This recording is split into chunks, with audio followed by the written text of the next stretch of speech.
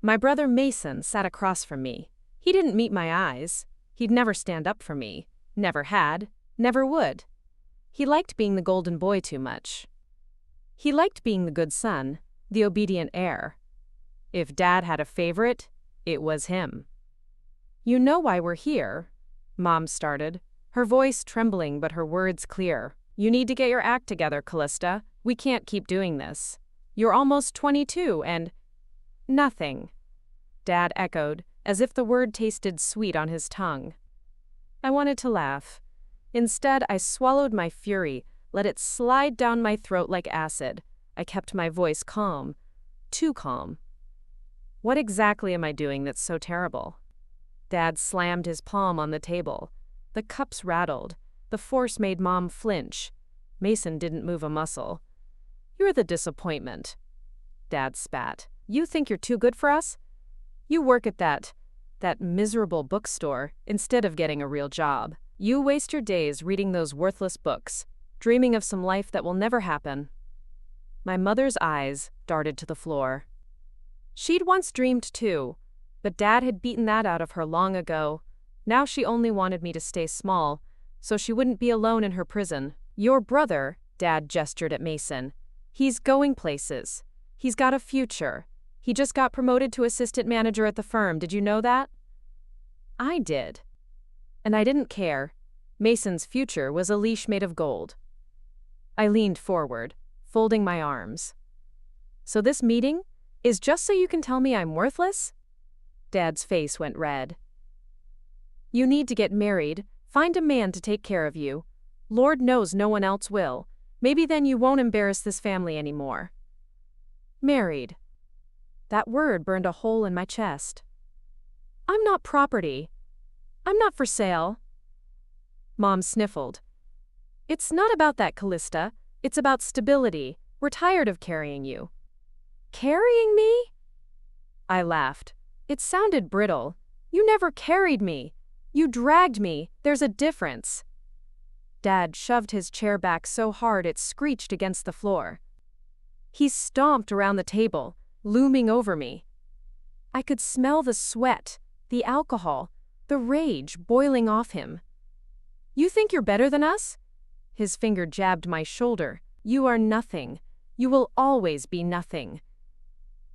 For a second, I almost believed him, but then the doorbell rang. It was late. Too late for visitors. We all froze. Or still nothing. "Callista, look at me when I'm talking to you," Dad barked.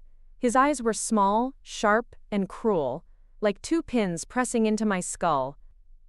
He'd been drinking again. I could smell the whiskey on his breath. Even from where I sat, my hands pressed together so tightly my knuckles turned bone white. Dot, dot, dot, dot, dot, dot. Dad glared at the door as if it had insulted him. "Who the hell?" Mom wiped her eyes and stood up. "I'll get it." "No." Dad shoved past her. "It's probably some fool asking for money.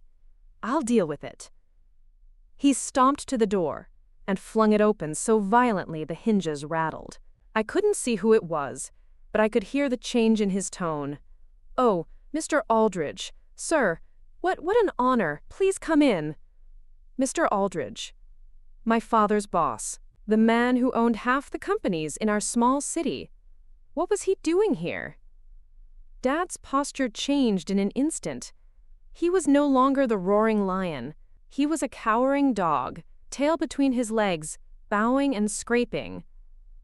I craned my neck to see. Mr. Aldridge stepped inside. He was tall, with salt and pepper hair and a presence that made the walls shrink. His eyes landed on me immediately. He didn't even glance at Dad. "Is that your daughter?" His voice was deep, calm, but carried a weight that silenced everyone else. Dad's voice quivered. Yes, that's Callista. She's a bit of a handful. Lazy girl, really. Always dreaming, never working." Mr. Aldridge cut him off with a look. He walked toward me, every step echoing in the silent room. When he reached me, he did something that made my father's face drain of blood. He bowed, not a nod, not a handshake. A full, respectful bow. To me, Miss Wren, it's an honor to finally meet you. I blinked. My mouth went dry. I'm sorry, what? Mr. Aldridge straightened and smiled faintly. Your manuscript, it found its way to my desk. And your ideas for the community project. I was very impressed. Dad sputtered. Manuscript? What manuscript? I ignored him. My heart was hammering so hard I could barely hear my own thoughts. You read it? Not only did I read it, I want to fund it. And I want you to lead it. You have talent that this town has not seen in decades. He turned to Dad, his voice like a cold knife. And you will show her respect, or you will answer to me. Do you understand? Dad looked like he'd swallowed glass. Yep, yes, sir. Mr. Aldridge turned back to me. His eyes were kind but fierce. Will you walk with me, Miss Wren? There's much to discuss. I stood up so fast, my chair tipped over. I didn't care. For the first time in my life, I felt my spine straighten, my lungs fill with air that didn't taste stale. I looked at my family, at Dad's horror, Mom's shock, Mason's envy, and I felt no guilt, no shame, just a spark of something I'd long forgotten, hope. I stepped toward the door, toward whatever waited for me beyond this suffocating house. But just as I reached the threshold, Mr. Aldridge leaned closer and whispered, I need to tell you something important, something that may change everything you think you know about your father. The ground tilted beneath my feet. I forced myself to breathe. What do you mean? He looked over his shoulder, his eyes darkening. Walk with me. Now, and don't look back. I heard Dad's voice behind me, rising into a shout. I didn't care. I stepped out into the night, into the storm that was mine to command now. And in that moment, I knew my story was just beginning. Before we jump back in, tell us where you're from. If this story moves you, please subscribe.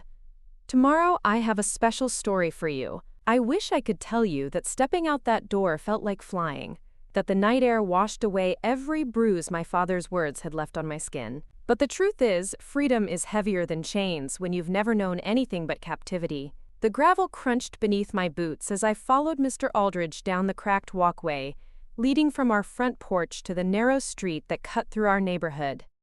The streetlights flickered overhead, throwing our shadows long and jagged onto the pavement. I didn't look back.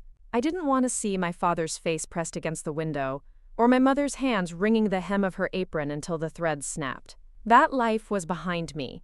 At least, that's what I told myself. Mr. Aldridge didn't say a word until we reached his car. It was one of those sleek, understated luxury models, dark blue with tinted windows that seemed to swallow the reflections of the world around it. He opened the passenger door for me like I was someone who deserved to be treated gently. That, more than anything, almost broke me. I slid into the leather seat and stared at my hands as he rounded the car and settled behind the wheel. The engine hummed to life, low and steady.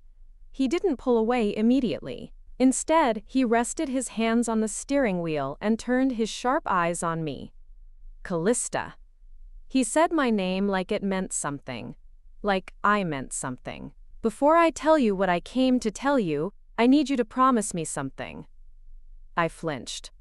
My father's promises had always been barbed wire hidden in a handshake. Promise you what? That you won't let what you're about to hear destroy you. My mouth went dry.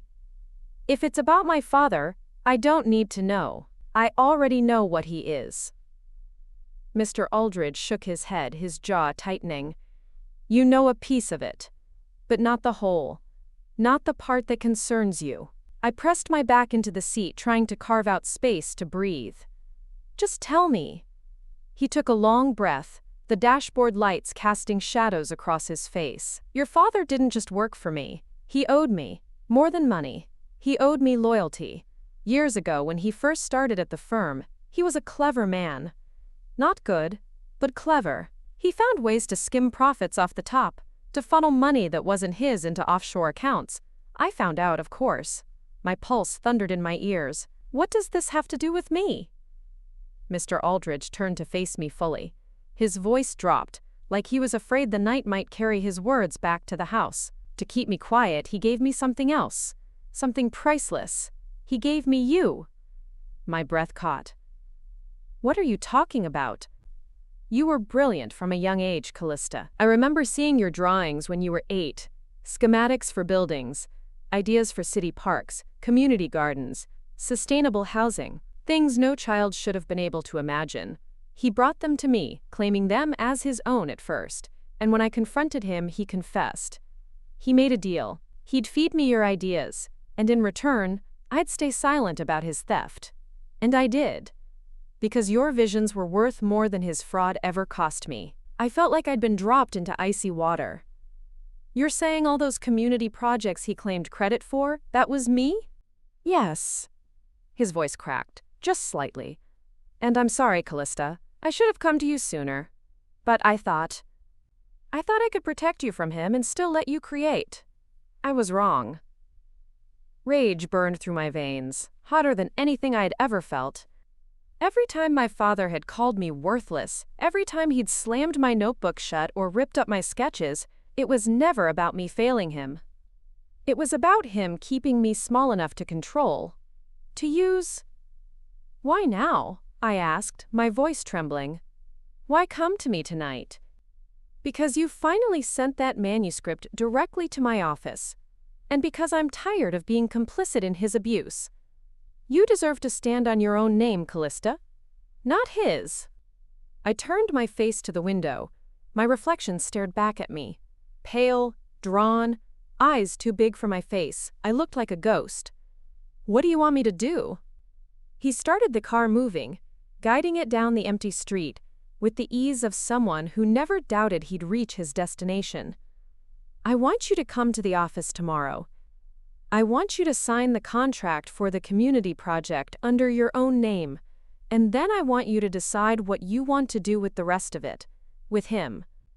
I laughed, a sound that tasted like blood. You think I'd protect him? I don't know what you'll do. He paused at a stop sign, the engine idling like a heartbeat. But I know you have the right to choose. For once. We drove in silence after that. The city unspooled outside the window. Streetlights, empty bus stops, shuttered stores with neon signs flickering half alive. I thought about the future, about my name on a plaque outside a community garden that I designed, about kids playing on swings I'd built, about tearing my father's name out of every corner of my life where he'd planted it like rot. When Mr. Aldridge pulled up in front of my tiny studio apartment on the other side of town, I almost didn't want to get out. I didn't want to go back to the silence of my 4 walls and the single flickering lamp that had seen too many tears. Will you be all right? He asked. I forced a smile. I'll survive. I always do. He reached into his jacket pocket and handed me an envelope.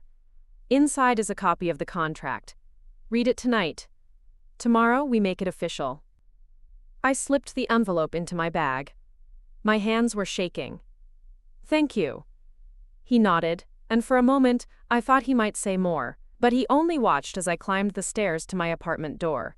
I didn't look back until I was inside. The door bolted, my back pressed against the cool wood.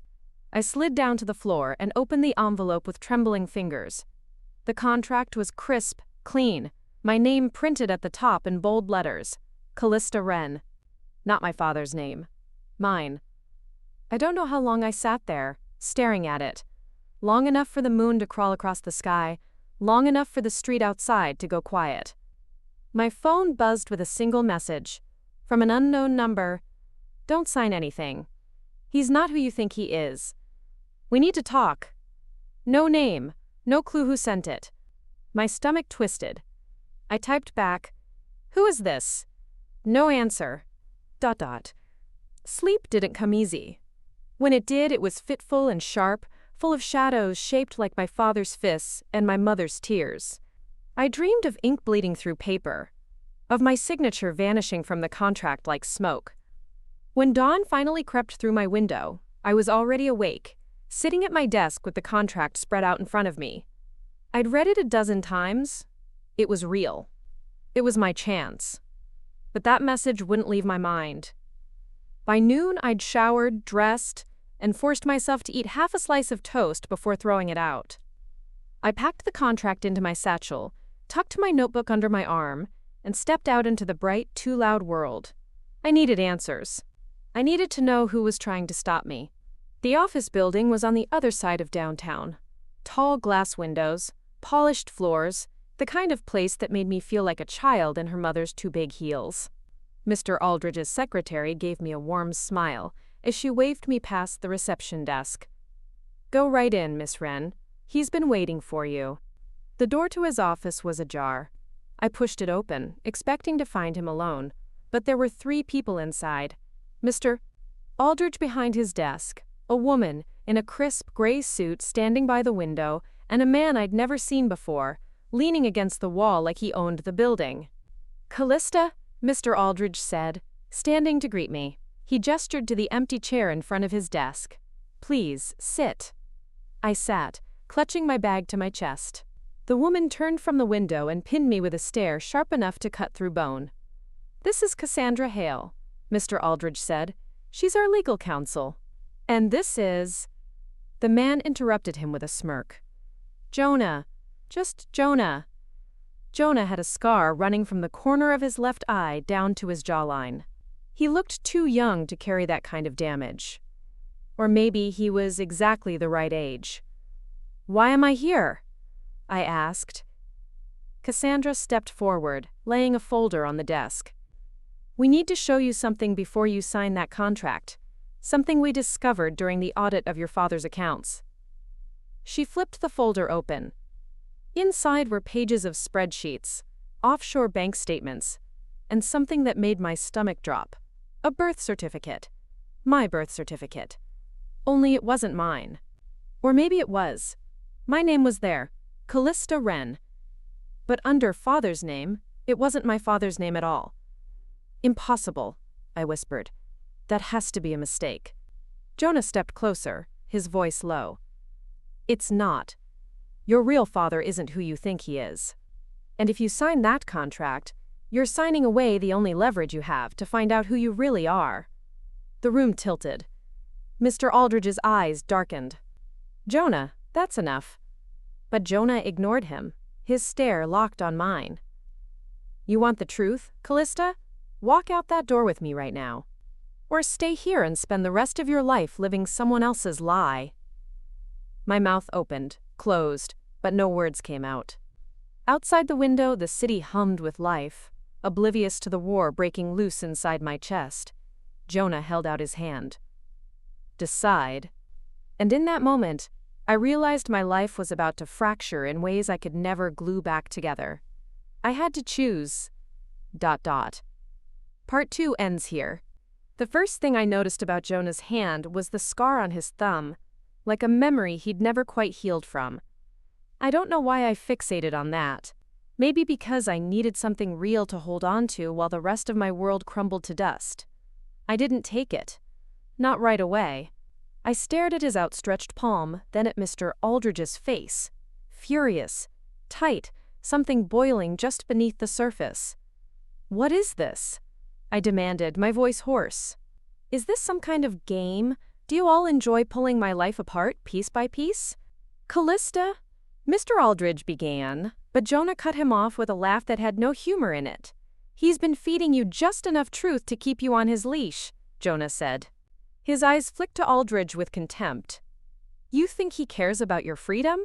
He wants you bound to him so you keep creating. For him."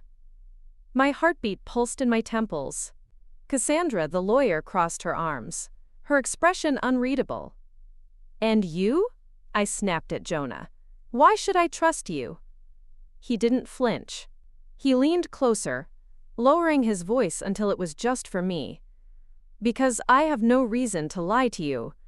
I don't want your designs or your name. I want you to know the truth. About your father, your real father, and what he did." I looked at Aldridge. His mouth was a thin, pale line. Is what he's saying true? Is my father not my father? He didn't answer. That silence was all I needed. I grabbed my satchel and stood. My chair scraped so hard across the polished floor that Cassandra winced. "Callista," Mr. Aldridge said, rising too. "Don't go with him. You don't know what you're walking into." Jonah raised an eyebrow. "Better than rotting in your golden cage." I didn't say goodbye. I didn't look back. I walked out of that office, my legs trembling but my spine straight, and Jonah's footsteps fell into place beside mine like he'd always belonged there. The secretary called after me, but her voice was a muffled echo behind the roar in my head. I didn't breathe until we were outside, the city air sharp and cold against my skin. Jonah didn't say a word as he guided me away from the office tower, down a side street that smelled like old rain and exhaust. We stopped at a battered motorcycle chained to a rusted post. He handed me a helmet without ceremony. "You ride?" he asked. I snorted. "Not unless I have to." He grinned, a flash of white teeth, quick and wild. "You do now." I climbed on behind him, my heart punching against my ribs. As the engine roared to life beneath us, a part of me wanted to scream that this was reckless, that I was trusting a stranger with secrets I didn't even understand yet. But another part of me, the part that remembered every slammed door, every lie, every moment my father had stolen from me, wanted this wind in my hair, this bite of freedom. We tore down back roads, weaving through the veins of the city until the buildings turned to warehouses and abandoned lots. Jonah parked behind a crumbling brick factory, its windows boarded up, graffiti crawling across its walls like vines. He killed the engine and swung off the bike. "Come on." Inside. I hesitated. "What is this place?" "Safe enough," he said. "For now." The lock on the side door was broken. He pushed it open with a shoulder and gestured me through. Inside, the air smelled of dust and oil. Old machinery loomed in the dark like metal giants sleeping in rust. We made our way up a narrow staircase to an office that overlooked the empty factory floor. Someone had swept it clean, laid out mismatched chairs and a folding table littered with papers, coffee cups, a single battered laptop. "This is your big secret base?" I asked, unable to keep the bite out of my tone. Jonah chuckled. "It's not much, but no one comes here. And we're not on any CCTV loops. He can't see you here." "He?" "Your father. Or Aldridge. Same difference, really." He sat on the edge of the table and flipped open the laptop. He tapped a few keys, then turned the screen toward me. There, frozen in pixelated clarity, was an image of my father, my so-called father, standing beside a woman I didn't recognize. She was tall, sharp-featured, with eyes like a thunderstorm. "Who is she?" I asked. Jonah's jaw flexed. "Her name is Elise Marchand. She's the one who should have raised you." I sank into the nearest chair, my knees buckling under the weight of it all. "My mother? But my mother is—" "Your mother is your mother by blood," Jonah said gently. "But Elise, she was your guardian. Your father stole you from her. Changed your birth certificate, bribed people to keep it buried. Aldridge helped cover it up when he realized he could use your talent. It goes deeper than you know." My skin felt too tight for my body. Why would he do that? Jonah shut the laptop and leaned forward. Because Elise was dangerous to him. She knew what he was, what he'd done. He needed leverage over her, and you were that leverage. I pressed my palms against my eyes, the darkness behind my eyelids spinning. "Where is she now?" He hesitated. "In hiding. Some say she's dead, but I don't believe it. And neither should you." My hands dropped to my lap. "Why are you helping me?" His eyes met mine. Steady, unflinching. "Because once, I was like you. And she helped me. I owe her everything. If there's even a chance she's alive, we need to find her." I stood so fast my chair toppled. "How?" Jonah caught my elbow to steady me. His touch was warm, grounding. "First, we prove who you are, really are. Then we follow the money. Your father's money. He's been hiding assets offshore. They'll lead us to her. Or at least to the people keeping her hidden. I felt a spark of something I hadn't felt since I was a kid, sketching gardens under my blanket with a flashlight. Hope. Okay, I said. My voice was stronger now. Where do we start? ... Jonah's grin returned, feral and bright. We start by breaking into your father's safe. It was insane. It was impossible. And it was exactly what I needed. The plan took hours. Jonah showed me blueprints of the house, my childhood home, the walls that had been both cradle and cage. He knew things he shouldn't. Where my father kept his keys, how the alarm system had been disabled years ago when he decided he was untouchable. When do we go? I asked. Jonah glanced at his watch. Tonight. He'll be at the country club until after midnight. That gives us 2 hours. And my mother? He paused. She won't be a problem. That made my stomach twist. I didn't want to hurt her. I didn't want her caught in the crossfire. But there was no time to untangle that knot now. We left the factory just as the sun dipped below the skyline, bleeding gold and crimson across the city's broken bones. The ride back felt different this time. Like every street we turned down was another step away from who I'd been, and closer to who I might become. Jonah parked the bike 3 blocks from the house. We slipped through neighbors' yards like ghosts, the scent of cut grass and gasoline sharp in my nostrils. The back gate squealed like a wounded animal when we pushed it open. Inside, the house was silent, dark. I could almost hear the echoes of my childhood self running up the stairs, hiding notebooks under my mattress so my father wouldn't find them. Now, I wasn't hiding. I was here to take back what was mine. Jonah guided me to my father's study. The door was unlocked. Of course it was. He'd never thought I'd have the courage to come for him. The safe was behind a false panel in the wall, just like Jonah said. He crouched, pressing his ear to the cold metal as he spun the dial. Each click sounded like thunder in the silence. Almost there, he murmured. I held my breath. I wanted to reach out, to touch the combination lock, to feel the tumblers fall into place beneath my fingertips. This was my inheritance, my curse, my birthright. The final click echoed through the room.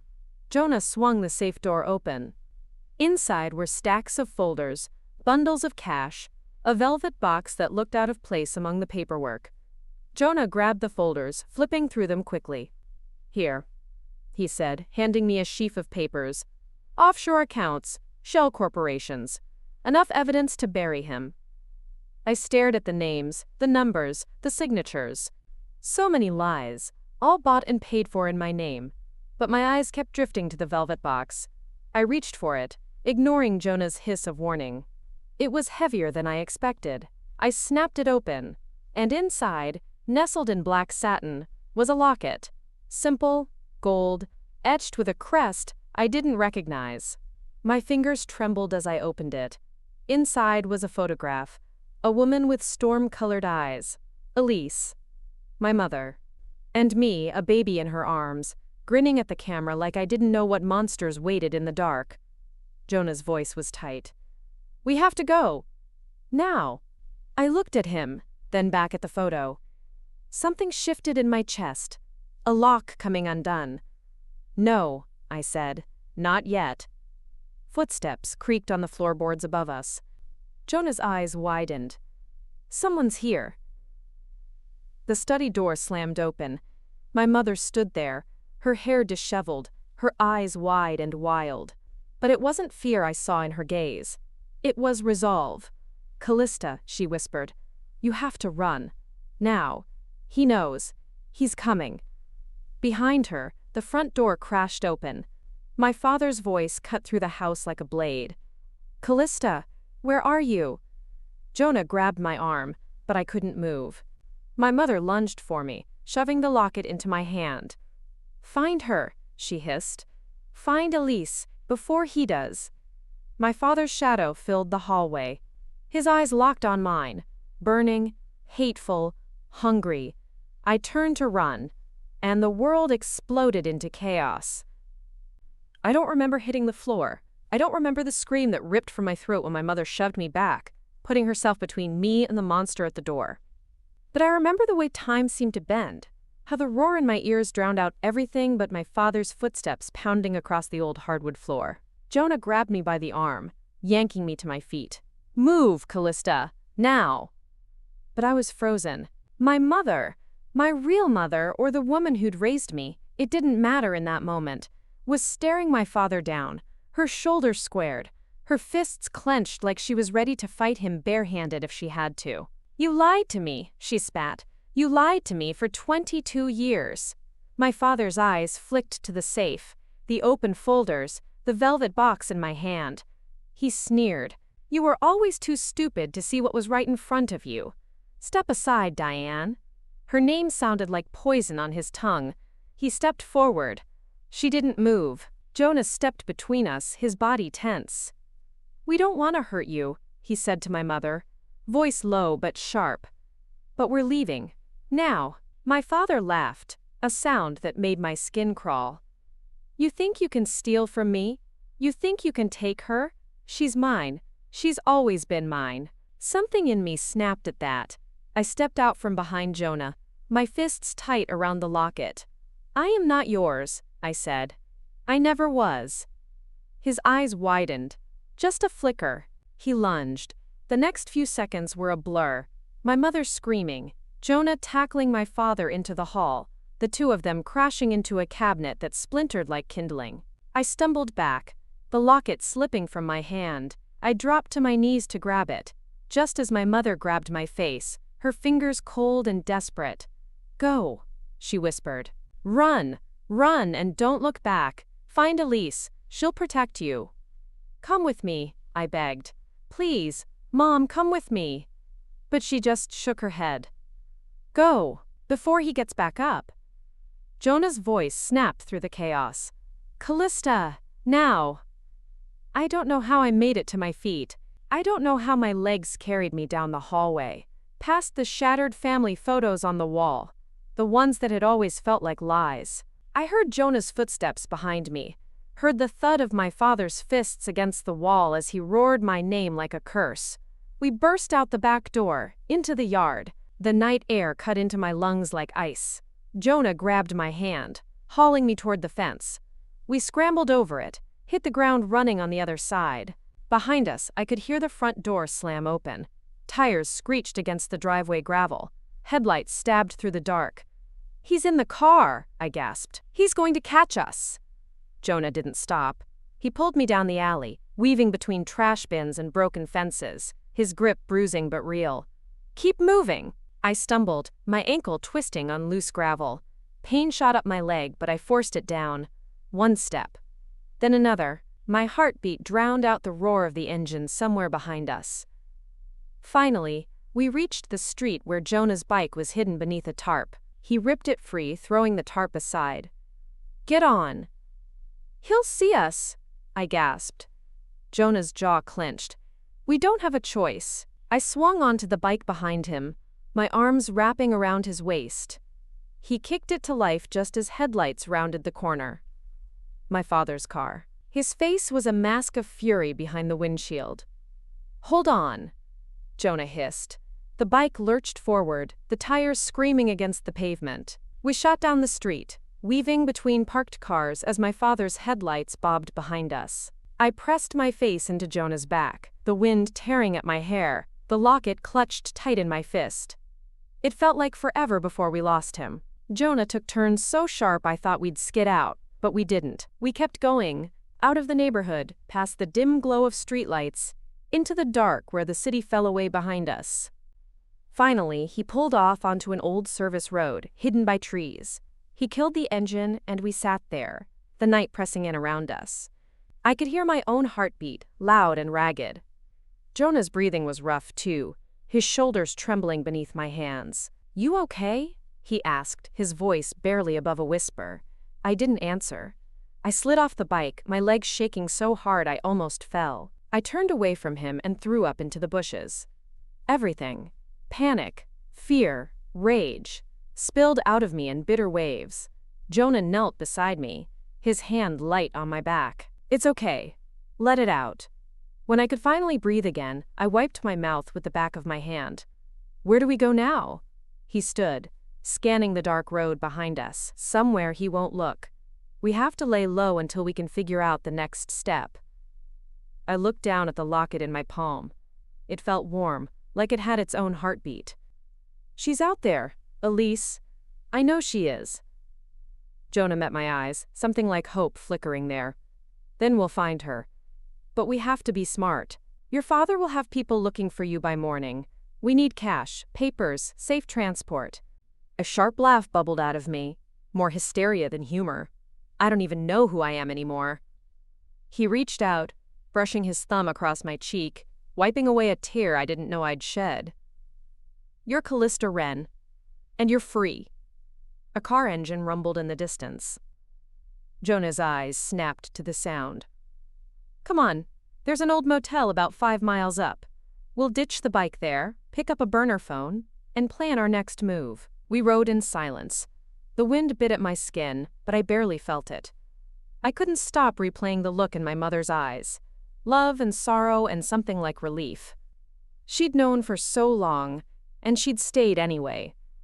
The motel was a crumbling roadside relic, peeling paint, a neon sign that buzzed and flickered. Jonah parked behind the building, out of sight, and led me to a corner room. He picked the lock like he'd done it 1,000 times. Inside, the room smelled like mildew and stale cigarettes. The carpet was a threadbare patchwork of stains. But it was a roof over our heads. For tonight, that was enough. Jonah dropped into the battered armchair by the window, watching the parking lot through a gap in the curtains. You should get some sleep. I sat on the edge of the bed, the springs creaking beneath me. What about you? He shrugged. I'll rest when we're safe. Sleep felt impossible, but exhaustion eventually dragged me under. I dreamed of a woman with storm-colored eyes whispering my name, of my father's hands reaching through the dark to drag me back. When I woke, Jonah was gone. Panic shot through me, cold and bright. I scrambled to the window, but he was there, leaning against a payphone outside, his eyes scanning the horizon. I pushed the door open. Where did you go? He didn't look at me. Making arrangements. I have a friend who can get us papers. New IDs. We're going to vanish, Callista. And Elise? He met my eyes, something fierce in his gaze. She'll find us once we're safe. She always does. A car pulled into the lot. A battered sedan, its headlights off. Jonah tensed, his hand dropping to the knife at his belt. The driver's door opened, and a woman stepped out. She was small, wiry, her hair cropped close to her skull. Relax, Jonah murmured. It's Kiera. Kiera moved fast, her eyes sharp as she sized me up. This is the girl. Callista, Jonah said. She's the key. Kiera snorted. Key to what? Getting both of you killed? I bristled. I'm right here, you know. She laughed. Short, barking. Good. You'll need that fire. Here. She tossed a bundle at me. Clothes. A wig, a battered phone. Change. We leave in 20 minutes. I ducked into the bathroom. The woman in the cracked mirror barely looked like me. Hair stuffed under a cheap black wig, eyes wide and hollow. But when I slipped the locket over my head, it felt right. Like armor. Outside, Kiera was giving Jonah a map. You have to cross the border tonight. There's a safe house 2 hours in. After that, you're on your own. Jonah's voice was low. You sure about the route? Unless you want to end up in a ditch? Kiera snapped back. Yes. I stepped into the doorway. I'm ready.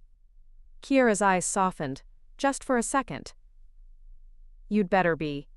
You've got a storm coming, girl. We slipped into the night again. 3 fugitives. 1 truth. And a name waiting for me somewhere beyond the dark. As we pulled out of the lot, I caught my reflection in the side mirror, eyes fierce, mouth set. I wasn't the disappointment anymore. I was Callista Wren, and I was coming for everything they stole. By the time we crossed the border, dawn was a pale bruise on the horizon. Kiera drove like she'd stolen the car, which she probably had, taking back roads and service lanes I didn't even know existed.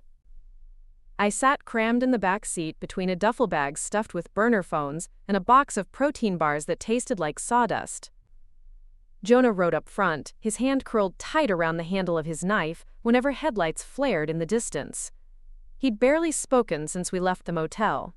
Every mile that passed stretched him tighter, like a wire ready to snap. Me?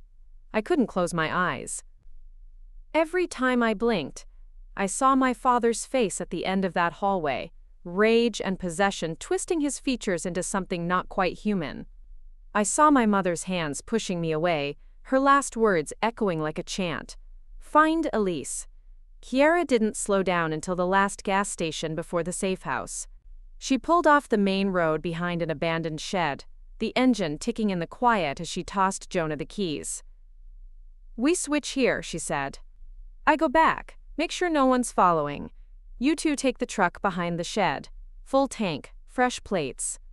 Jonah opened his mouth to argue, but she cut him off with a glare. This is how we stay alive, Jay. Don't get soft now. He looked at me instead.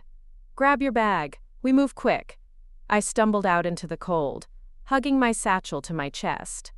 The locket was tucked inside, a warm weight against my ribs. Kiera caught my arm before I could follow Jonah. Hey! I turned, and for the first time since I'd met her, she didn't look like she was about to bite my head off. You keep your head down, yeah? And if he gets stupid... She jerked her chin at Jonah, who was cursing at a rusted padlock on the shed door. You run. No questions. I wanted to ask her why she was helping us, what she got out of this. But the words stuck in my throat. She squeezed my shoulder once, hard, then shoved me toward the shed. The truck inside was old but sturdy. A battered F-150 with mud crusted on the wheel wells. Jonah hot-wired it like he was tying his shoelaces. When we pulled back onto the highway, Kiera was already gone. For a while we didn't speak. The tires hummed beneath us, the road stretching out like a vein into the hills. Finally, Jonah cleared his throat. You all right? I stared out the window at the endless rows of pine trees, the sky growing brighter by the minute. No, but I will be. He nodded, as if that was the only answer he trusted. Hours later, the safe house emerged from the trees like something out of a half-forgotten fairy tale. An old hunting cabin, logs stacked tight against the wind, the chimney belching a thin ribbon of smoke. By the time we crossed the border, dawn was a pale bruise on the horizon. Kiera drove like she'd stolen the car, which she probably had, taking back roads and service lanes I didn't even know existed. I sat crammed in the back seat between a duffel bag stuffed with burner phones and a box of protein bars that tasted like sawdust. Jonah rode up front, his hand curled tight around the handle of his knife whenever headlights flared in the distance. He'd barely spoken since we left the motel. Every mile that passed stretched him tighter, like a wire ready to snap. Me? I couldn't close my eyes. Every time I blinked, I saw my father's face at the end of that hallway, rage and possession, twisting his features into something not quite human. I saw my mother's hands pushing me away, her last words echoing like a chant, find Elise. Kiera didn't slow down until the last gas station before the safe house. She pulled off the main road behind an abandoned shed, the engine ticking in the quiet as she tossed Jonah the keys. We switch here, she said. I go back, make sure no one's following. You two take the truck behind the shed, full tank, fresh plates. Jonah opened his mouth to argue, but she cut him off with a glare. This is how we stay alive, Jay. Don't get soft now. He looked at me instead. Grab your bag, we move quick. I stumbled out into the cold, hugging my satchel to my chest. The locket was tucked inside, a warm weight against my ribs. Kiera caught my arm before I could follow Jonah. Hey! I turned, and for the first time since I'd met her, she didn't look like she was about to bite my head off. You keep your head down, yeah? And if he gets stupid. She jerked her chin at Jonah, who was cursing at a rusted padlock on the shed door. You run, no questions. I wanted to ask her why she was helping us, what she got out of this, but the words stuck in my throat. She squeezed my shoulder once, hard, then shoved me toward the shed. The truck inside was old but sturdy, a battered F-150 with mud crusted on the wheel wells. Jonah hot-wired it like he was tying his shoelaces. When we pulled back onto the highway, Kiera was already gone. For a while, we didn't speak. The tires hummed beneath us, the road stretching out like a vein into the hills. Finally, Jonah cleared his throat. You all right? I stared out the window at the endless rows of pine trees, the sky growing brighter by the minute. No, but I will be. He nodded, as if that was the only answer he trusted. Hours later, the safe house emerged from the trees like something out of a half-forgotten fairy tale. An old hunting cabin, logs stacked tight against the wind, the chimney belching a thin ribbon of smoke. I didn't know it then, but the night Phoebe curled up in my bed muttering about her ex was the start of another slow unravel. The kind you don't see until you're sitting in the wreckage, wondering when the last good moment passed you by. The next morning, she made breakfast. It was the first time she'd ever done that in my house. She cracked eggs into my chipped frying pan, made toast, even found the half-empty jar of strawberry jam I kept for special days. I sat at the tiny kitchen table, watching her hum to herself like we were back in our childhood kitchen. Only this was my kitchen now, my stained sink and mismatched mugs and tiny window that let in just enough light to remind me I was still alive. When she set the plate in front of me, I felt something twist in my chest. I wanted to love her for trying. I did. But I couldn't swallow the bitterness that rose up with every bite. You know, she said, sitting across from me, I was thinking maybe we could do this more often.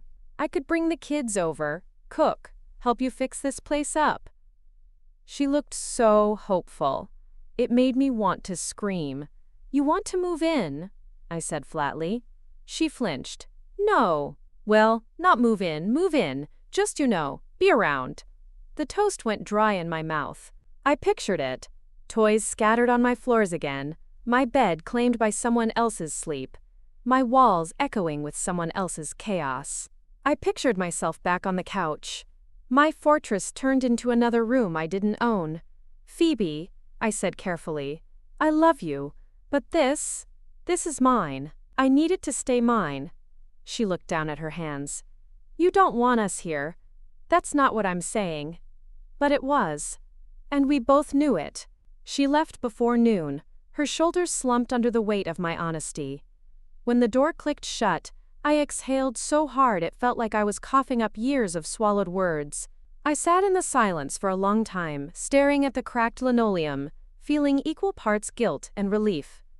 I knew it wouldn't last. The peace, the boundaries, they never did with family. Summer baked my little house in heat and hope. I patched the roof with Carl's help. He brought his brother's ladder and a six-pack of cheap beer. We sweated under the sun, laughing about the birds that had built a nest in my gutter. You're tougher than you look, Warren, Carl said, wiping sweat from his brow. Yeah? I laughed. Don't tell anyone. He looked at me, eyes soft. You ever think about leaving this place? I glanced at the street below. The rows of neat houses, the garden I'd coaxed back to life. All the time, I said, but I won't. He didn't ask why. He knew. Some things are too tangled to explain. That night I lay on my bed, and listened to the cicadas scream in the garden. The paint on the walls glowed faintly in the streetlight. I felt the ache in my arms from the day's work, the small pulse of pride that this broken, crooked place was holding together because I refused to let it fall apart. And then my phone buzzed. Phoebe asterisk, can I come over? I stared at the text until the words blurred. My fingers hovered over the screen. I could see her face in my mind, tired, desperate, that same look she'd worn since the day she'd shown up on Mum's porch with her life in boxes. No, I didn't send it. Instead, I typed, "Is everything okay?" Her reply came fast. "Kids are asleep. I just miss you." I almost told her to come. But I didn't. I set the phone down, face down on my nightstand, and let the house wrap around me like a shield. It was the first time I'd ever told her no, even if the words never left my lips. The next day, she didn't text. Neither did I. I spent the afternoon painting the hallway at last, a bright, soft green that reminded me of spring. Every brushstroke felt like a line in the sand. This is my space. When I finished, I sat on the floor and stared at the new color until the sun dipped behind the houses. I could hear laughter drifting over from my parents' backyard. The kids, Mom fussing over the grill, Dad telling one of his terrible jokes. It made my chest ache in that old, familiar way. But I didn't go over. I stayed where I was, letting the walls dry around me like a promise. Weeks passed. The kids' birthdays came and went. Messy backyard parties, too much sugar. Phoebe flitting around like a ghost. She looked so thin under her summer dress. When she hugged me goodbye, her fingers dug into my shoulder like she was trying to hold on to something solid. "Callie," she whispered, "thank you for everything." I wanted to tell her. I'm not everything. I can't be. But the words stuck. I just smiled, kissed her on the cheek, and watched her walk back through the door I used to call home. At the end of August, Carl offered me a promotion, assistant manager at the cafe. More hours, a little more money, but no time for my second job cleaning offices. I lay awake for nights weighing the choice. Security or exhaustion? My house or my bank account? In the end, I took it. The raise was small, but steady. Enough to keep the lights on, to buy new curtains for the bedroom. I hung them one morning, pale blue, soft and clean. When the breeze caught them, they danced like they were waving to the world outside. I felt stronger then. Like I'd finally taken a step away from being the girl with a couch for a bed and no door to shut out the noise. But Phoebe didn't see it that way. She called one evening, her voice sharp. "Mom says you're working too much. She's worried about you." I bit back a laugh. "I'm fine, Phoebe." "Are you? You never come over anymore. You don't see the kids." "You can bring them here." She went quiet. "It's not the same." "No," I said, staring at my neat blue curtains. "It's not." That night I found a note on my porch, folded carefully under a potted plant. In Phoebe's handwriting, "I miss my sister." I sat on the steps, reading it over and over until the sun came up, and I told myself again, this is my room now, my house, my rules. When September came, so did the first cold snap. I woke to frost on my windows, my breath misting in the hallway. The old heater rattled and clanked but refused to kick on. I wrapped myself in blankets, poured extra coffee, and called every plumber in town. When the first repair estimate came in, I laughed. It was more than my next 2 paychecks combined. Carl saw me crying in the cafe storage room the next day. He didn't say much, just handed me an extra shift and told me to go home early if I needed sleep. I didn't go home early. I worked until closing, walked back through the crisp night air, and climbed into bed wearing 2 sweaters and 3 pairs of socks. I dreamed of warmth. My old room next door, the heavy quilt Mom always folded at the foot of my bed, Phoebe and I playing cards on the floor while the heater buzzed and the house felt safe. When I woke, the cold was worse. The pipes groaned in the walls like they were angry at me for pushing them so far. I sat on the kitchen floor, wrapped in my blankets, and told myself I'd figure it out. I always did. I didn't tell anyone how bad it was. Not Mom, not Dad, not even Phoebe. Because I knew what they'd say. "Come back. Just until you get back on your feet." But I'd done that once before, and it cost me my room. So I put on another pair of socks, made another pot of coffee, and stared at my cracked ceiling. The house creaked around me. My fortress, my dump, my dream. I'd built this for myself, and I'd keep fighting for it, even if the walls never stopped groaning. This story took us a long time. If you like it, subscribe. Now, back to the story. It's strange how quickly you can get used to the cold.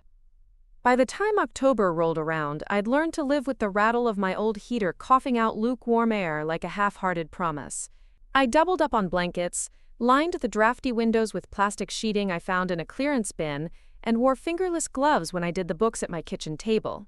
Every morning I'd sit there, staring at the numbers that never seemed to add up, and I'd wonder how much longer I could keep patching holes with borrowed hope. Phoebe stopped by less often. She'd call instead short, clipped conversations about the kids, about Mom, about Dad's blood pressure that he refused to get checked. But there was an edge to her voice every time I said I was fine. Like she didn't believe me. Like she was waiting for the day I'd crawl back through our parents' front door, empty-handed and ashamed. But I wouldn't. I couldn't. One Friday night, Carl caught me lingering by the espresso machine long after my shift ended. He leaned against the counter, arms folded, that look on his face that said he was about to pry where he didn't belong. "What's up, Warren?" he asked. "You look like you're about to crack." "Just tired," I said. "Heater's shot." He frowned. "You get it fixed yet?" "Working on it." He opened his mouth like he was going to offer me money. But I shot him a look sharp enough to shut it down. He sighed instead. "You know you could stay at my place if you needed to." "No." The word came out harder than I meant it to. "Thanks, but no." He held up his hands. All right. Tough as nails, that's you." But his offer stuck in my head like a splinter all the way home. I didn't want his help. Didn't want anyone's. But it felt good to know someone would give it. That someone saw me freezing and wished they could fix it. When I got home, the kitchen was colder than outside.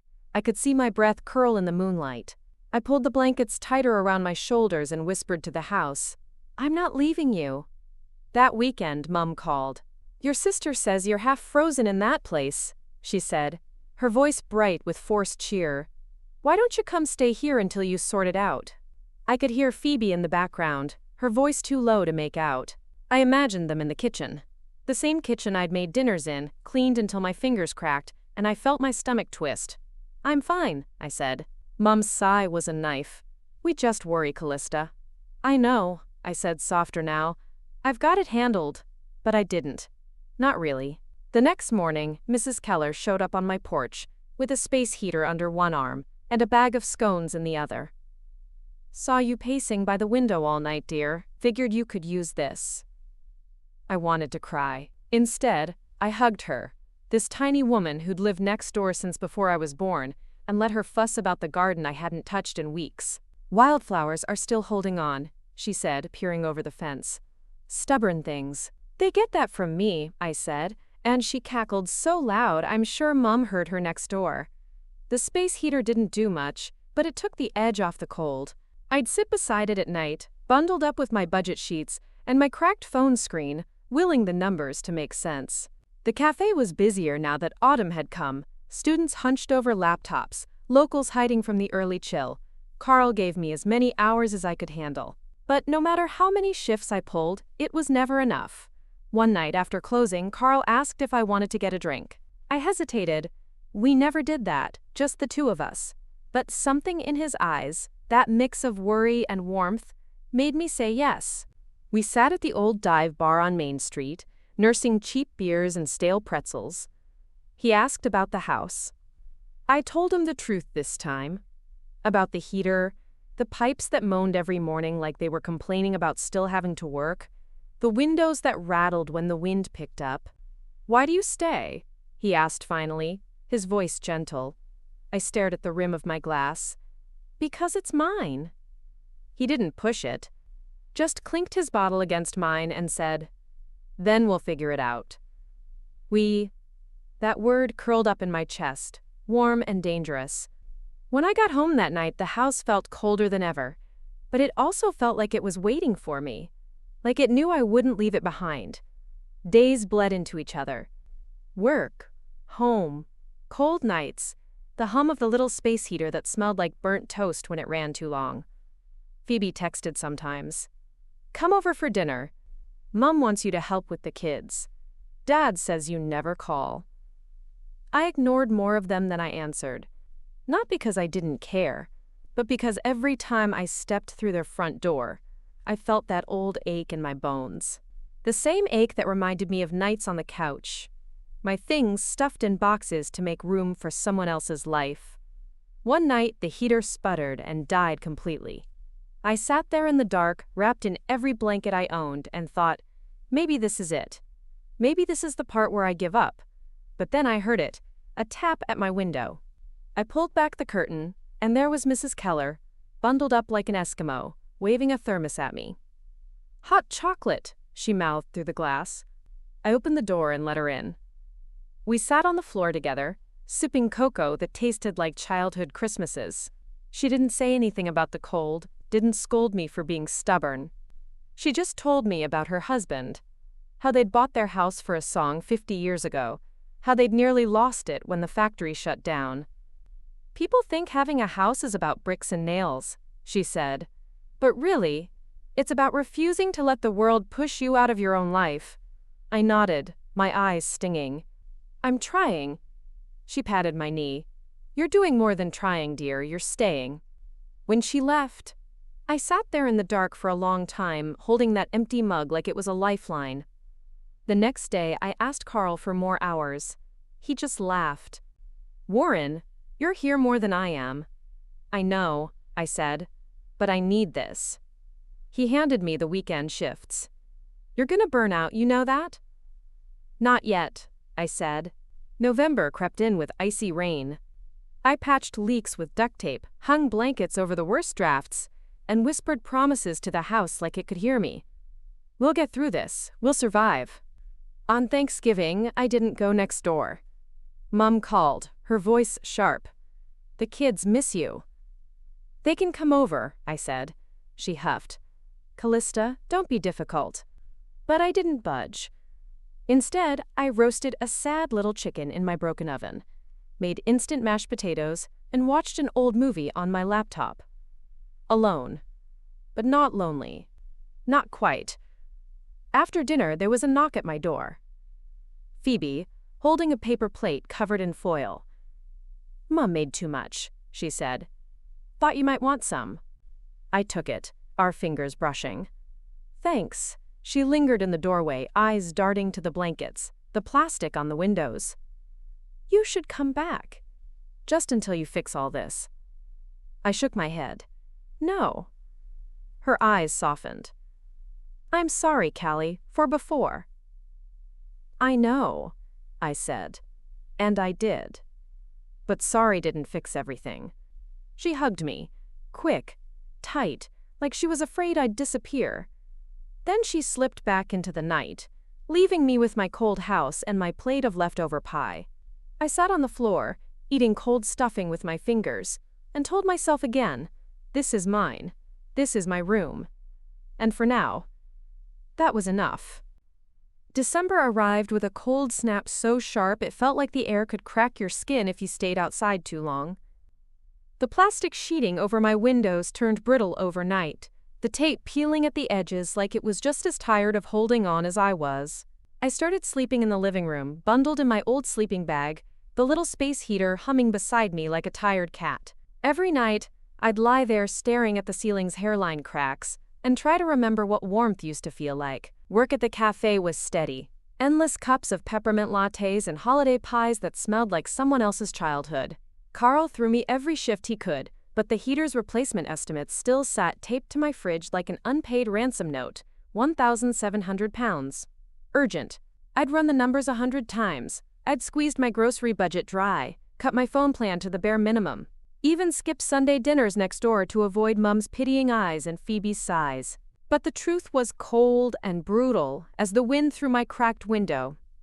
I didn't have enough. The day before Christmas Eve, I got home after a double shift to find a box on my porch. No name, just my name scribbled in Carl's sloppy handwriting. Inside, a new space heater, a proper one. Bigger than Mrs. Keller's little one, with a bright orange heating element and a note tucked beside it.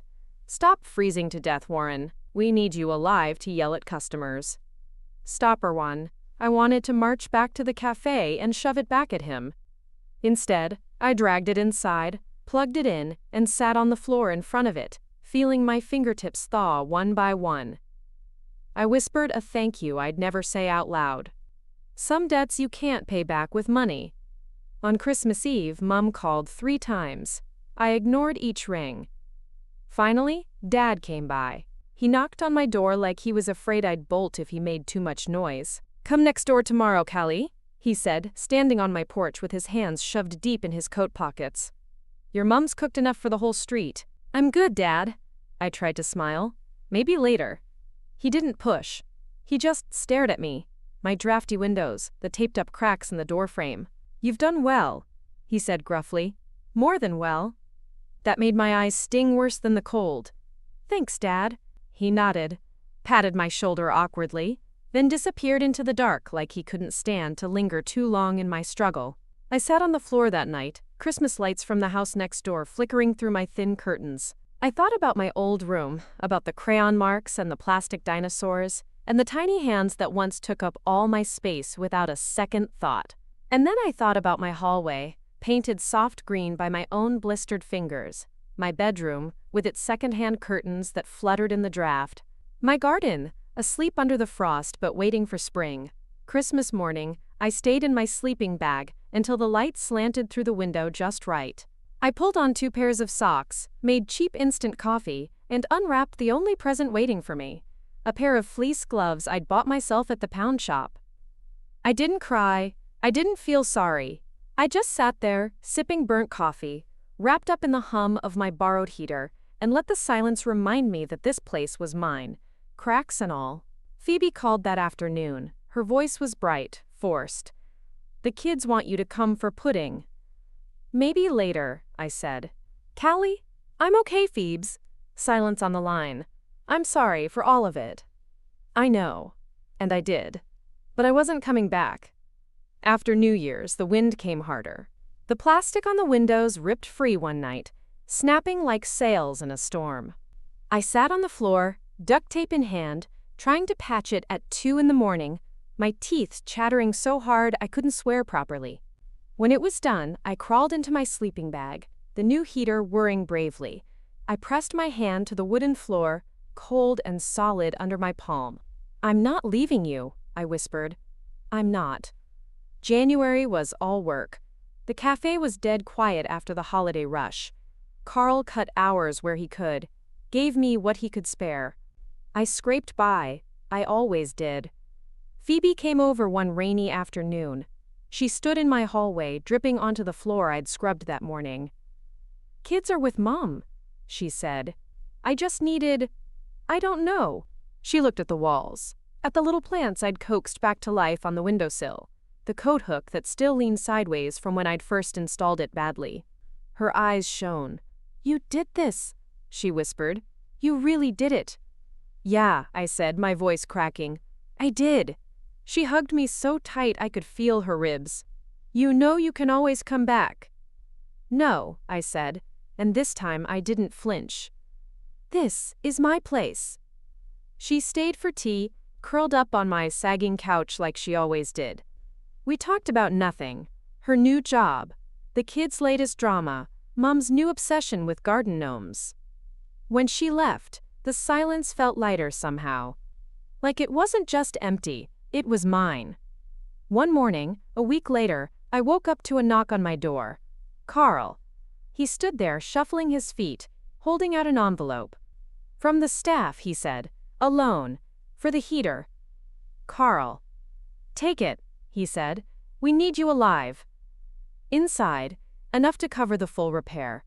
Enough to make me breathe again.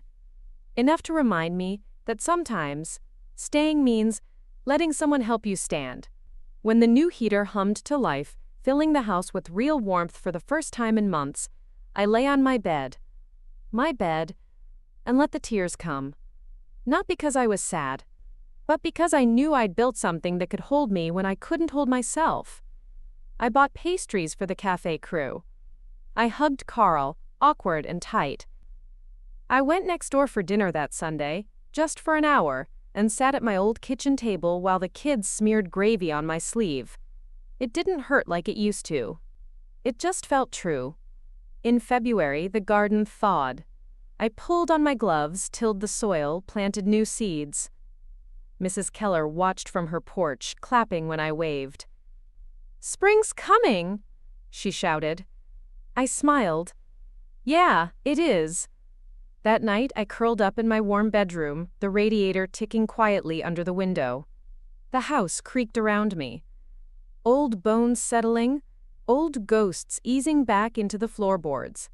I whispered to the walls, "Thank you." Because I knew, whatever happened next, I'd keep this room. My life, and no one was ever going to take it from me again. March arrived soft and slow, like an apology for the winter. I woke up one morning and the sun had found its way through the curtains, spilling gold onto the battered floorboards beside my bed. For the first time in months, the house didn't feel like it was trying to freeze me out. It felt like it was breathing with me. I sat on the edge of my bed, my feet warm on the rug I'd bought secondhand, and listened to the tick of the heater humming steadily in the hallway. A good heater, paid for with borrowed kindness, and the hours I'd poured into every shift. The old space heater still sat by the door, a reminder of the nights I'd spent shivering, whispering to the walls to hold themselves up a little longer. Outside, the garden was waking up. Little green shoots poked through the mud, reckless and stubborn. I slipped into my boots and went out to greet them, crouching down to run my fingers through the thawed soil. It felt good, real, to sink my hands into the dirt and know it would bloom because I'd cared for it.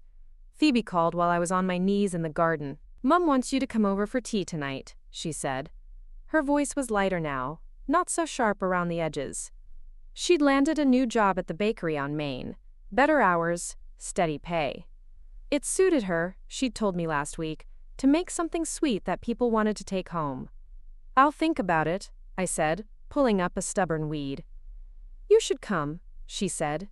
"The kids miss you. They know where to find me." She laughed, really laughed, and I felt that tight knot between us loosen just a little more. I did go that night. I stood at the front door of the house I'd once called mine and waited for the familiar ache to show up in my chest, the one that always whispered about lost space and stolen rooms. But it didn't come. I stepped inside and it felt like visiting a memory that had lost its sting. The kids barreled into me, faces sticky with jam, voices high and wild. Mom fussed about my hair, asked if I'd been eating well. Dad squeezed my shoulder and told me the garden next door looked good from his window. I sat in my old seat at the kitchen table, sipping over steep tea, and realized that sometimes you can return without slipping backward.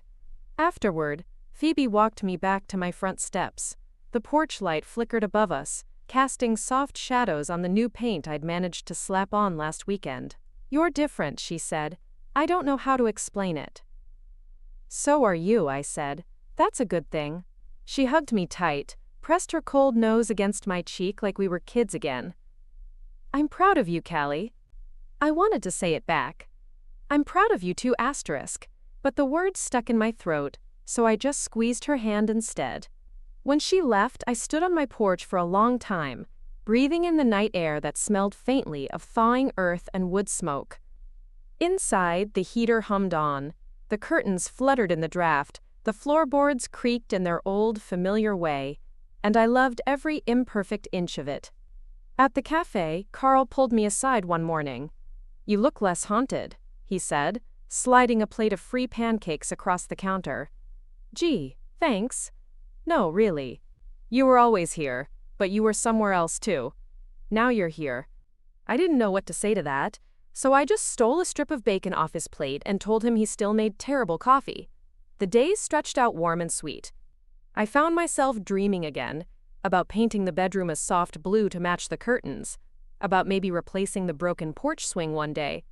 I made lists at my kitchen table at night, not budgets but wishes. Little things I wanted to do not because I had to, but because I could. One Saturday, Mrs. Keller waved me over to her garden. "Come look at these tulips," she crowed. "Best bloom in 10 years. I stood beside her, hands tucked in my jacket pockets, and we watched the bright petals shiver in the breeze. "You did this," she said, nudging me with her elbow. "Your stubborn hope must have rubbed off on my soil," I laughed. "It's not just me, it's the house." "Houses don't live without the people who love them," she said. "Remember that." April came, and with it, a letter in the post. A notice about the old Granger place's property taxes.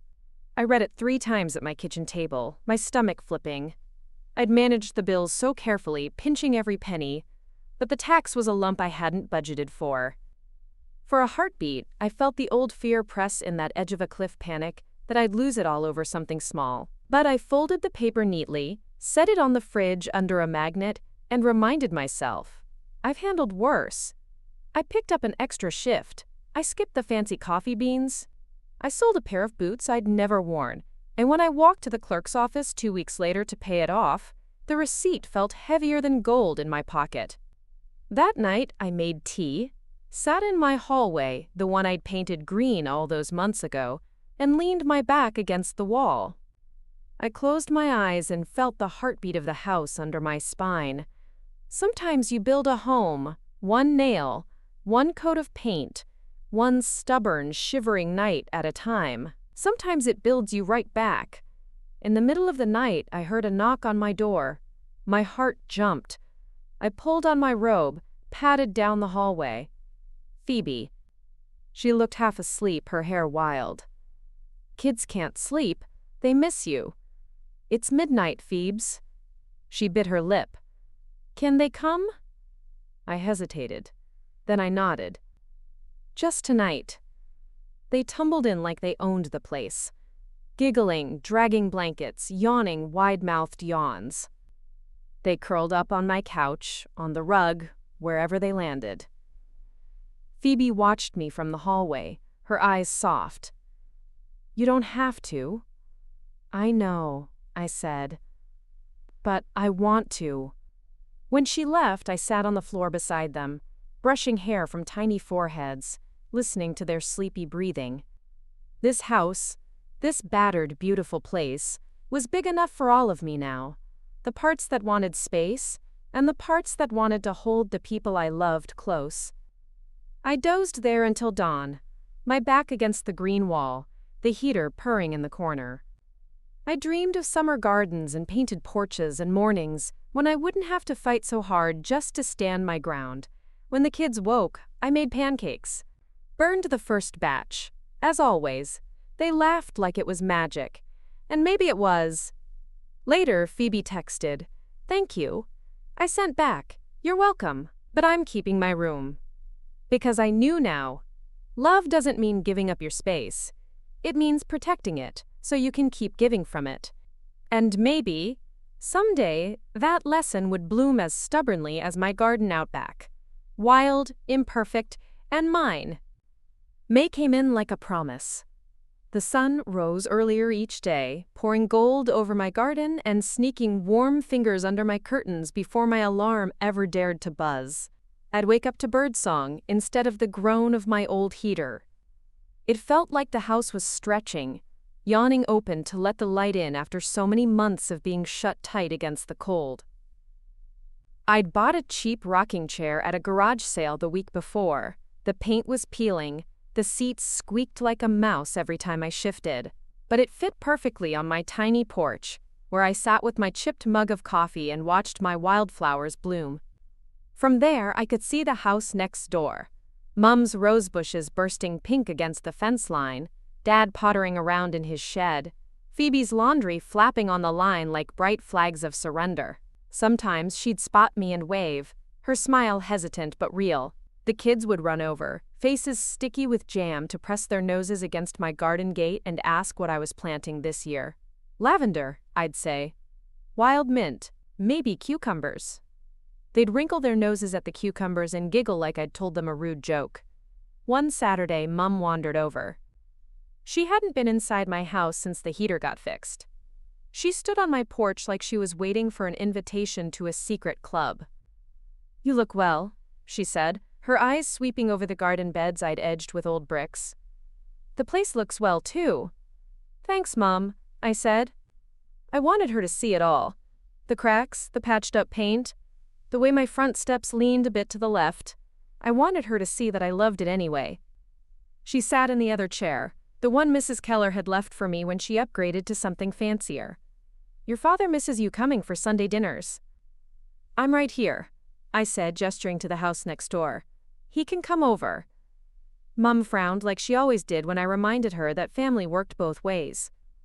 It's not the same. It is for me. We sat in silence after that. She sipped the weak tea I'd made her, watching the kids chase each other around the yard. She didn't say sorry for giving my room away all those years ago. I didn't expect her to. Some things settle in the silence better than they do in words. When she left, she paused on the top step. You've made this yours, Callista. I hope you know that. I do, I said. And I did. By late May, my garden was wild with color. Mrs. Keller brought me cuttings from her roses, and Carl dropped off a bag of seed packets he'd found on clearance. For your fortress, he said, handing me a tin of cheap biscuits along with them. Can't have you wasting away while you plant your empire. My empire? I laughed. Sure, he said, grinning. Queen Callie of next door. The name stuck in my head that night as I watered the lavender shoots. Queen Callie of next door. It sounded ridiculous. But it felt right too, like claiming something I'd never dared to before. June brought more work at the cafe. Tourists trickled in, students stuck around for summer classes, and the tips got better. I started a new jar under the sink, my someday fund. Not for emergencies this time, but for something I wanted. A proper bed frame, maybe new curtains, a real dining table instead of the rickety one Mum had given me when I moved out. One sticky afternoon, Phoebe showed up on my porch, kids in tow. They flopped on my steps, fanning themselves with paper plates. Air conditioner's busted, she said, flopping beside me in the rocking chair. Mom says to come over, but you know how she gets when we stay too long. Want to hide out here for a bit? I asked. Her shoulders dropped like I'd taken a weight from them. Could we? I let them in. The kids made forts out of my old blankets, giggling so loud I had to hush them 3 times when Mrs. Keller peeked through the fence. Phoebe sat on my couch, her knees pulled up, watching them like they were a dream she hadn't quite figured out how to hold. You're good at this, she said softly. At what? Making space for people, without losing yours.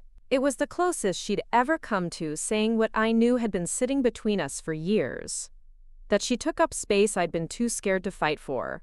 That I'd let her because I didn't know I was allowed to want something just for me. I'm learning, I said. It's not easy. She nodded, tears gathering in the corners of her eyes. I'm glad you are. That night, after they left, I sat on my porch steps with the porch light buzzing above me. The house was quiet, but not empty. It felt like it was holding my memories in its old bones. The girl I'd been, the sister I'd been, the woman I was becoming. One morning in July, Carl asked me to train a new hire. She reminds me of you, he said. Fierce, mouthy, tries too hard not to need anyone. I snorted. Sounds exhausting. She'll learn, he said. You did.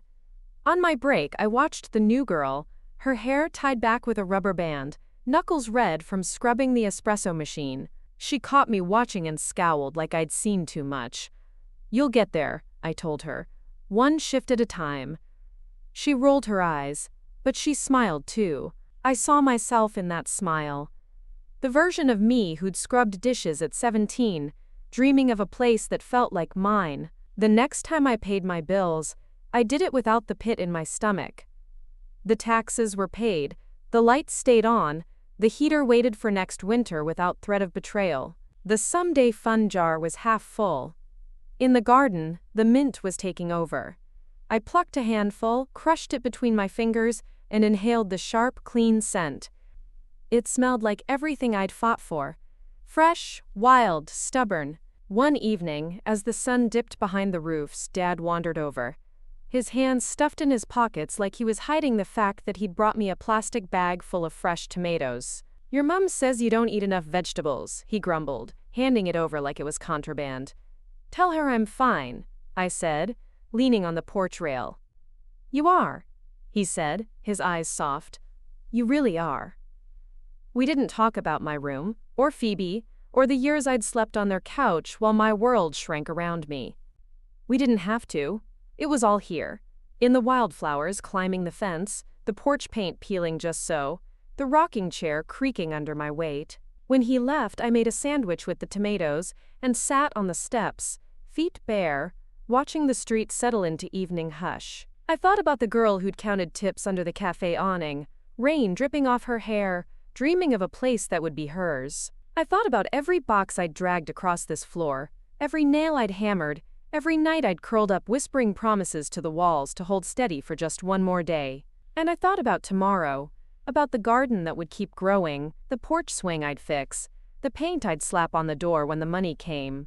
It was all mine now, the struggle, the soft hush of summer nights, the stubborn bloom of lavender in my garden. And no one, not Phoebe, not the past, not the old ghosts of the room they gave away, could ever take it back. My house, my room, my life, and I'd protect it, bloom by bloom, brick by brick, one summer night at a time. August came humming with crickets and the hiss of sprinklers from the house next door. My garden was a jungle by then. Mint climbing over the bricks, lavender spilling onto the path, tomatoes ripening faster than I could pick them. Sometimes I'd catch Phoebe's youngest perched on my fence, tiny fingers snagging the red fruit when he thought I wasn't looking. I never scolded him. I liked that my garden fed more than just me. The heat made everything slow. I started leaving my windows open at night, a soft breeze carrying in the smell of wild mint and the murmur of my neighbors' televisions. I'd lie awake on my bed. My real bed, the one I'd finally bought from a charity shop, mattress and frame and all, and listen to the house breathe around me. It didn't groan like it used to. It didn't feel like it was trying to swallow me whole. Sometimes I'd dream of the girl I'd been when I'd first turned the key in this lock. How scared she'd been, how tired, how sure she'd never be enough to hold a house together on her own. I wanted to reach back through time and tell her, look at you now. I wasn't rich, I wasn't free of worry, but the walls stood because I did. One Sunday, Mum surprised me by knocking on my back door. She never did that. She stood there with a plastic tub of leftover roast and a nervous twist to her mouth. Your sister says you've been feeding the kids too much sugar, she said. I raised an eyebrow. They raid my garden, Mum. I can't exactly hide the tomatoes. She huffed, but she came inside anyway. She stood in my kitchen, looking at the fresh coat of paint I'd managed to slap on the cabinets, the new curtains that fluttered in the breeze. It's nice, she said softly. It's mine, I said, not to be mean. Just the truth, she nodded. I know. She touched the edge of the counter, fingertips tracing where the paint had bubbled a little. You were always the stubborn one, I wanted to say. I learned from you. But some things were better left unsaid. She stayed for tea. We talked about the kids, about Dad's latest attempt at growing strawberries, about Mrs. Keller who'd been talking about moving in with her daughter by Christmas. When she left, she kissed my cheek, her lips dry and warm. You've done well, Callista. After she left, I washed the mugs, humming to myself. The kitchen window framed my garden like a painting. My garden, my chipped sink, my humming heater, waiting quietly for winter. That evening, Phoebe came by with the kids. She dropped them off with a bag of frozen pizza and a box of crayons, her eyes shadowed with exhaustion. One night, she said, I need a break. I could have said no. I could have reminded her that this was Talks on My Space. But I didn't. The kids made a mess in the living room. Blankets, pillows, crayon murals on old newspaper. They curled up on my new rug, feet bare, breathing slow and soft under the swirl of the ceiling fan. When Phoebe came to pick them up in the morning, she stood in my doorway, her hand on the frame. Do you ever regret it? She asked. What? Building all this. Alone. I looked past her to the couch where the blankets still lay rumpled, to the mugs in the sink, to the floorboards that creaked under my weight but didn't buckle. Never. She blinked, her eyes shining. I wish I was like you. I laughed. Not unkindly. You don't want to be like me, Phoebes. You're exactly who you're meant to be. When they left, the house felt bigger again. The quiet wasn't sharp like it used to be. It was soft. I spent the afternoon on the porch with Carl. He'd stopped by with lemonade and gossip about the new hire at the cafe. She's got a mouth on her, that one, he said, stretching his legs out. Reminds me of you when you first showed up." "Poor girl," I teased. "I was awful."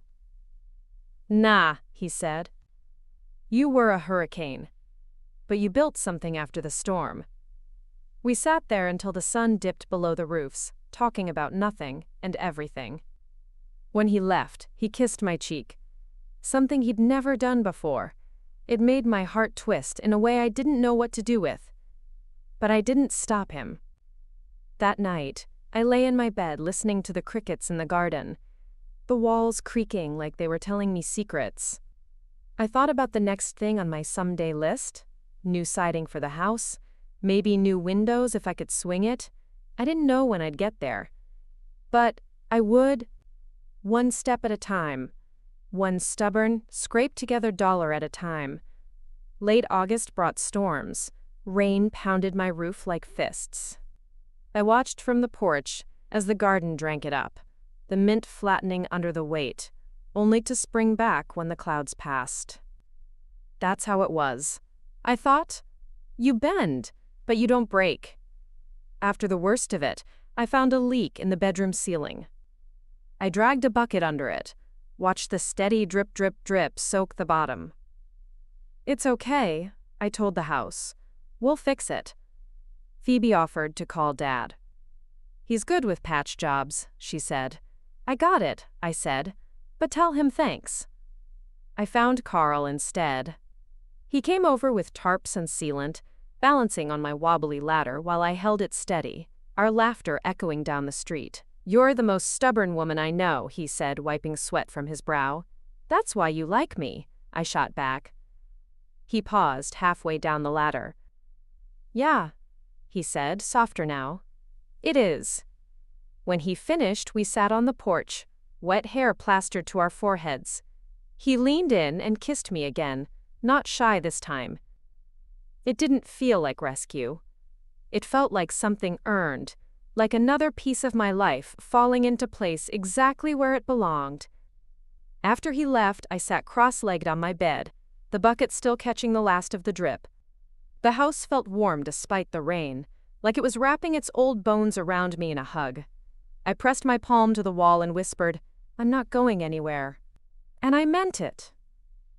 I wasn't the girl who gave her room away anymore. I wasn't the sister who let her life get boxed up to make space for someone else. I was Callista Warren, Queen Callie of next door. And this house, this room, this life, was mine. And tomorrow? Tomorrow I'd fix the ceiling, pull the weeds, scrub the floors, patch the paint. Because a fortress wasn't built in one day. And some battles were worth fighting again and again. For this. For me. For the promise I'd made to that scared girl with the key and nowhere else to go. For the room that no one would ever take from me again. September came whispering through my window screens. Soft breezes carrying the first hints of a new season. I'd wake up to golden mornings now. Sunlight slipping through the half-finished patch in my ceiling, the one I'd covered with a scrap of tarp until I could save for proper shingles. It made the light scatter in strange patterns on my bedroom walls, like the house was trying to paint me a new dream every day. I liked it, the imperfection of it, proof that I was still here, still patching, still staying. Carl was over more and more now. He'd bring bags of cheap groceries, tins of soup, day-old bread, milk with just enough days left before it turned. He'd cook sometimes too, though he'd never admit he was good at it. We'd sit on my porch, legs tangled on my mismatched chairs, the garden going wild around us. "You know," he said once, swirling cheap red wine in a mug, "some people would say you should just move." "Some people don't know what it's like to lose your room," I said. He studied me, the evening light turning his scruffy hair to copper. "And you'd never risk that again." "Never," I said, and I meant it. Sometimes I'd catch him looking at my house like he could see its bones the way I did. The cracks and the soft creaks, the patch jobs that were more hope than skill. He never offered to fix it all for me, though. He'd lend a hand, hold the ladder, buy me the good duct tape, but he always let me swing the hammer. I think that's why I let him stay. One night, Phoebe came over. She brought leftover birthday cake for the kids, but they were next door with Mum. She sat on my couch instead, cross-legged like a teenager. "You know," she said, licking frosting from her finger, "I used to think you were so reckless." "I was," I said. "No," she said, shaking her head. "You weren't reckless. You were brave. I was reckless, barging into your space like I had a right to it. I didn't say anything. There was nothing to say that we hadn't already learned in the years between then and now." She looked around, the patched walls, the old couch, the garden light flickering through the window. "It's beautiful, Callie." "It's mine," I said softly. She hugged me then, her hair smelling like the bakery she worked at now. She smelled like cinnamon and yeast and 100-second chances. When she left, she closed the door behind her carefully, like she didn't want to wake the house. Winter began its slow creep in October. The heater hummed without complaint this year, my fortress doing its job. I strung cheap fairy lights around the porch, wrapped an old blanket around my rocking chair so I could still sit outside with my coffee in the mornings. I watched the garden die back, mint going to seed, lavender turning brittle and brown. I didn't mourn it. I knew it would come back.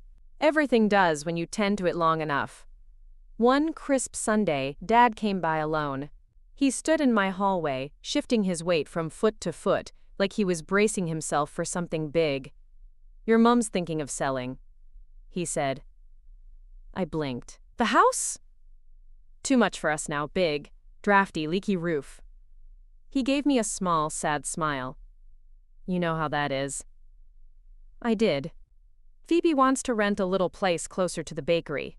Says the kids need their own rooms again." I leaned against my freshly painted door frame, blue this time, to match my curtains. "What about you and Mum?" He shrugged.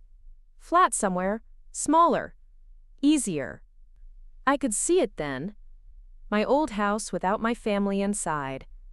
The roses dead, the porch swing falling apart. Some stranger pulling up the crayon murals in my old bedroom. For a moment, that old fear pressed against my ribs. But then I felt the floor under my bare feet. Solid, mine. "You'll always have somewhere to come," I said. "Here." His eyes went glassy. He didn't hug me. We weren't that kind of family. But he patted my shoulder, warm and heavy. "You're a good girl, Callista." "I'm not a girl anymore, Dad," I said, smiling.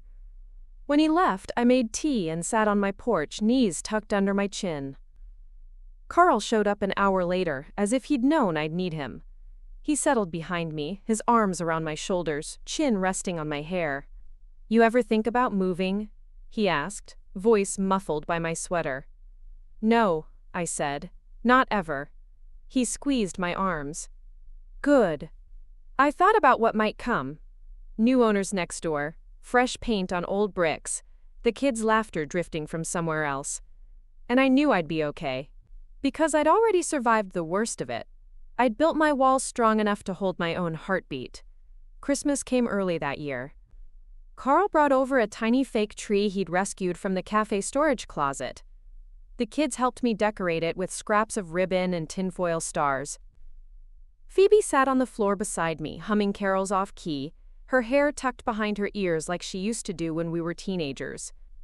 "Do you ever wish it was different?" she asked, eyes on the twinkle lights. "No," I said. "Not anymore." We sat like that until the kids fell asleep, their sticky fingers curled around candy canes. Carl washed the mugs in my sink like he owned the place. Maybe, in some ways, he did. Not because he'd bought it for me, or saved me, but because he'd seen every crack and never once told me to run. New Year's Eve, I stood in my garden, fireworks cracking overhead. The porch light flickered in the cold, the lavender dead stalks rattling against my boots. I whispered a promise to the dark. Another year. Another room. Another season. And I'm still here. Connie. I went inside to find Carl waiting, leaning against my hallway wall, the green one, the first one I'd painted when this place was just a prayer and a stubborn heartbeat. He held out his hand. "Dance with me." "There's no music," I laughed. "Doesn't matter," he said. So I did, bare feet, on my creaky floorboards, my arms around his neck, his breath warm on my ear. The house seemed to hum with us, the walls softer somehow, the floorboards holding steady under our shifting weight. And in that moment, I knew.